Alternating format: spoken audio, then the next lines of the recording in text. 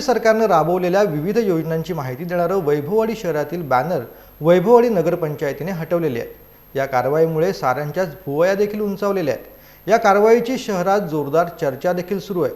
शहरात विविध ठिकाणी महायुती सरकारनं राबवलेल्या योजनांची माहिती देणारे बॅनर लावण्यात आले होते।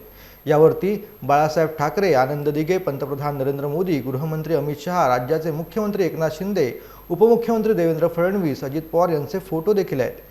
या फोटोसह विविध योजनांची माहिती देखील होती। हे बॅनर दत्त मंदिर चौक बस स्थानक परिसरात लावले होते।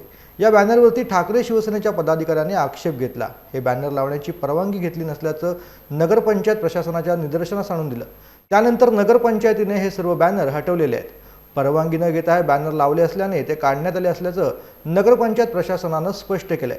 राज्यात महायुतीची सत्ता असतानाही भाजप सत्ताधारी असलेल्या नगरपंचायतीत झालेल्या या कारवाईमुळे साऱ्यांनाच आश्चर्य देखील वाटतंय।